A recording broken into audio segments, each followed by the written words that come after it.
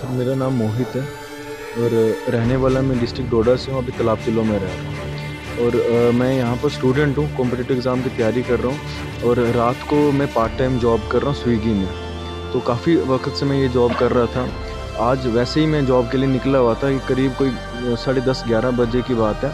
एक ऑर्डर लगा मुझे सबवे रेस्टोरेंट है जानीपुर से, वहाँ से मैं ऑर्डर लेके आया और ग्रैंड हिल रेस्टोरेंट है यहाँ पर, उसके साथ में एक छोटी सी शॉप है, वहाँ पर मेरे को ऑर्डर पहुँचाना था पनामा चौक के ऊपर, साथ में जो पेट्रोल पंप है रेलवे स्टेशन के लिए जो रोड जाती है वहाँ पर।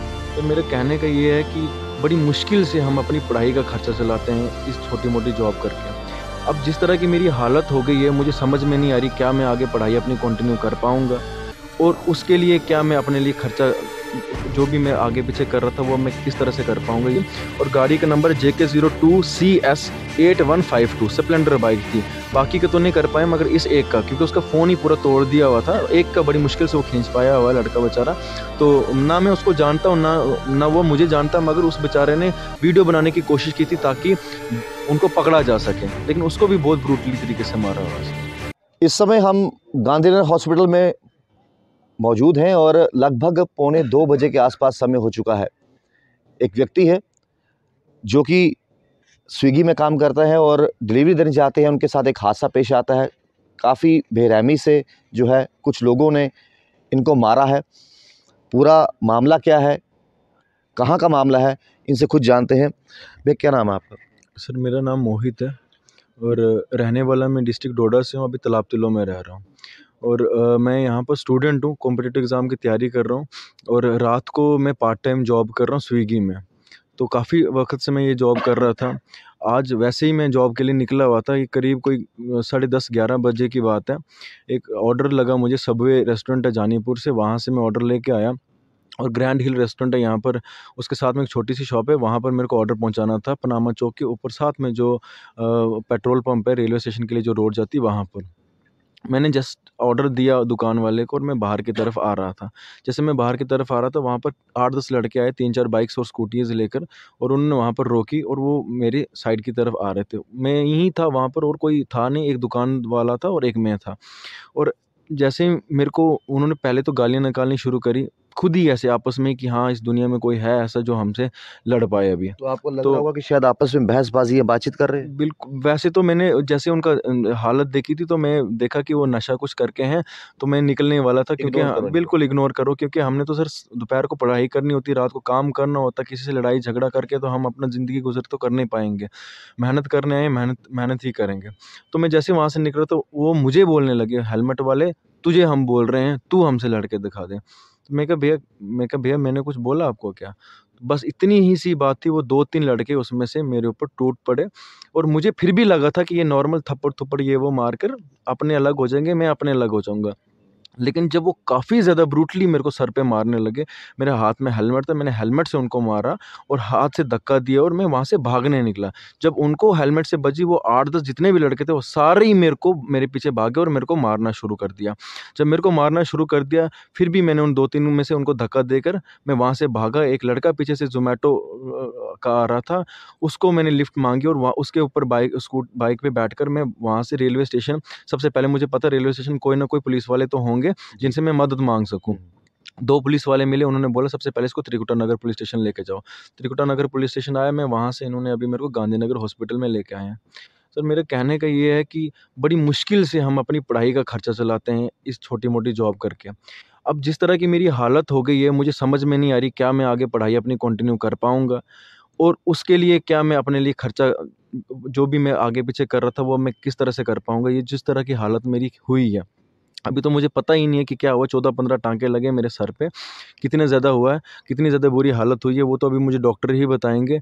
मगर सिर्फ़ मेरी इतना कहने की है कि हम इतने दूर से आकर यहाँ पर सिर्फ़ और सिर्फ़ इतना चाहते हैं कि हम मेहनत करके अपनी पढ़ाई अच्छी से पूरी करके कोई नौकरी ले सकें, ताकि हम अपने घर का खर्चा और घर को अच्छे से बना सकें, चला सकें। जब आपने देखा, आपने कहा कि मैंने पीछे देखकर इनको इग्नोर किया, तो देखने से क्या लग रहा था कि वे जम्मू के लोकल रहने वाले हैं या बाहर के रहने वाले हैं? किस तरह की बातें वो कर रहे थे? किस भाषा में बातें वो कर रहे थे? सर क्योंकि उन्होंने गालियाँ जिस तरह की निकाली और जिस तरह का उन्होंने मुझे बोला, ओए हेलमेट वाले तुझे ही बोल रहे हैं, वो डोगरी में बात कर रहे थे कि ओए हेलमेट वाले हम तुझे बोल रहे हैं। मुझे अब डोगरी आती नहीं है क्योंकि मैं रहने वाला डोडा का हूँ, मगर उन्होंने डोगरी में बात करी। करी कि हेलमेट वाले हम तुझे बोल रहे हैं। और जिस तरह की वो गालियाँ निकाल रहे थे वो डोगरे ही थे, लोकल लड़के थे यहाँ कर। और नशा जो उन्होंने, क्योंकि सर देखो शराब का जो नशा है ना, मैंने बहुत सारी जगहें देखी हैं, लड़ते हैं ऐसी बात नहीं है, लड़ते हैं भी हैं, थप्पड़ थुप्पड़ मार के वो भी अपने साइड होते हैं, ये भी अपनी साइड होते हैं। मगर नहीं, वो जो उन्होंने नशा किया होता वो किसी और चीज़ का नशा था, क्योंकि वो ब्रूटली मार रहे थे सर। उनका मारना थप्पड़-थुप्पड़ मार के डराना नहीं था उनका। उनका बस वो, उनको समझ भी नहीं, खुद भी नहीं उनको पता चल रहा था कि हम क्या कर रहे हैं। और इसमें से 2-3 लड़के ऐसे थे भी जिन्होंने बोला भी कि ये ऐसा मत करो, ऐसा मत करो। वो बीच में आ रहे थे प्रोटेक्ट उनको करने के ऐसा लिए। लग रहा था कि हम बहुत गलत कर रहे हैं, बीच-बीच में होश बीच में। में से 2-3 लड़के उनमें से ऐसे थे, सारे नहीं, 6-7 लड़कों को छोड़कर 2-3 लड़के ऐसे थे जिनको लग रहा था कि हम ये गलत कर रहे हैं, और उनको बोल भी रहे थे कि यार आप ऐसा मत करो, इसने तो कुछ बोला ही भी नहीं है, ये लड़का बेचारा डिलीवरी देना है, इसको जाने दो। उसमें से 2-3 लड़कों ने बोला था, लेकिन वो 6-7 लड़के थे, वो नहीं माने। वो मुझे जहाँ तक लग रहा था वो 6-7 लड़के तो चलने वाले कंटिन्यू, 2-3 लड़के उनके साथ शायद आज ही आए होंगे साथ में, जिस तरह की वो प्रोटेक्ट करने की जिस तरह से वो कर रहे थे। पुलिस की बात करें तो आपने कहा कि एक ज़ोमैटो वाले ने मुझे लिफ्ट दी और मैं जो रेलवे स्टेशन है, लगा कि उस वहाँ पर पुलिस होती ही होती है 24/7, तो वहाँ पर आप गए सबसे पहले?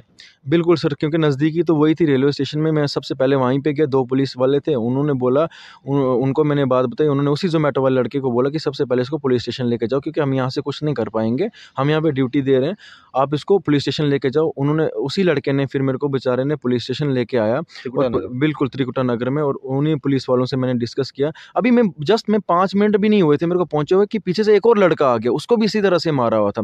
और उसने मुझे बताया कि भैया जब आपको मारे थे मैं फ़ोटो खींच रहा था, मैं अपने फ़ोन में फ़ोटो खींच रहा था, वीडियो बनाने की कोशिश कर रहा कम था। से कम कोई लड़के तो फ़ोटो में आ जाएँ जिनको बिल्कुल, मदद मिल सके बिल्कुल, कल को पुलिस बिल्कुल। प तो उसने जस्ट अभी फ़ोटो वीडियो बनाने की, लेकिन उसका फ़ोन उठाकर उन्होंने उसका फ़ोन भी तोड़ दिया, और उसको भी बहुत गंदे तरीके से मारा हुआ है, बहुत गंदे तरीके से वो उसको भी भी मेरी इधर तरफ ही से, वो भी मेरे साथ ही अभी पुलिस वालों ने हमें दोनों को इकट्ठे ही वो गांधीनगर में लेके आए। और लेकिन उसकी वजह से एक चीज़ ये हो गई कि वो गाड़ी का जो बाइक का नंबर है, वो हमारे पास आ गया, एक बाइक का नंबर उन्होंने ले क्या लिया। नंबर है उस बाइक का जो सर उस मैं आपको, तस्वीर में आया? मैंने फ़ोन में रखा हुआ है, मैं आपको नंबर बता देता हूँ। जी। नंबर स्प्लेंडर, क्योंकि बाइक जो थी वो स्प्लेंडर बाइक थी, और गाड़ी का नंबर JK02CS8152 स्प्लेंडर बाइक थी। बाकी का तो नहीं कर पाए, मगर इस एक का, क्योंकि उसका फ़ोन ही पूरा तोड़ दिया हुआ था, एक का बड़ी मुश्किल से वो खींच पाया हुआ है लड़का बेचारा। तो ना मैं उसको जानता हूँ, ना वो मुझे जानता, मगर उस बेचारे ने वीडियो बनाने की कोशिश की थी ताकि उनको पकड़ा जा सके, लेकिन उसको भी बहुत ब्रूटली तरीके से मारा हुआ है सर। तो ये पूरा मामला है जी, जहाँ पर जम्मू कश्मीर पुलिस जो है, वो लगातार नशा बेचने वालों पर जो है वो कमान कस रही है। आज सुबह भी हमने देखा किस तरीके से राजीव नगर, कासवी नगर की तस्वीरें, जहाँ पर सुबह लगभग 7 बजे ही जो है जम्मू कश्मीर पुलिस एक्टिव थी, और वहाँ पर इस तरह से लोग जो नशा कर कर जो है उनको ये भी होश नहीं रहती कि वो क्या कर रहे हैं, इसके बाद के परिणाम क्या होंगे। जिस व्यक्ति को वो मार रहे हैं, क्या पता वो बच पाए या ना बच पाए। जैसे इन्होंने बताया कि मेरे पे 14 से 15 स्टिचेस जो हैं फ़िलहाल आए हैं।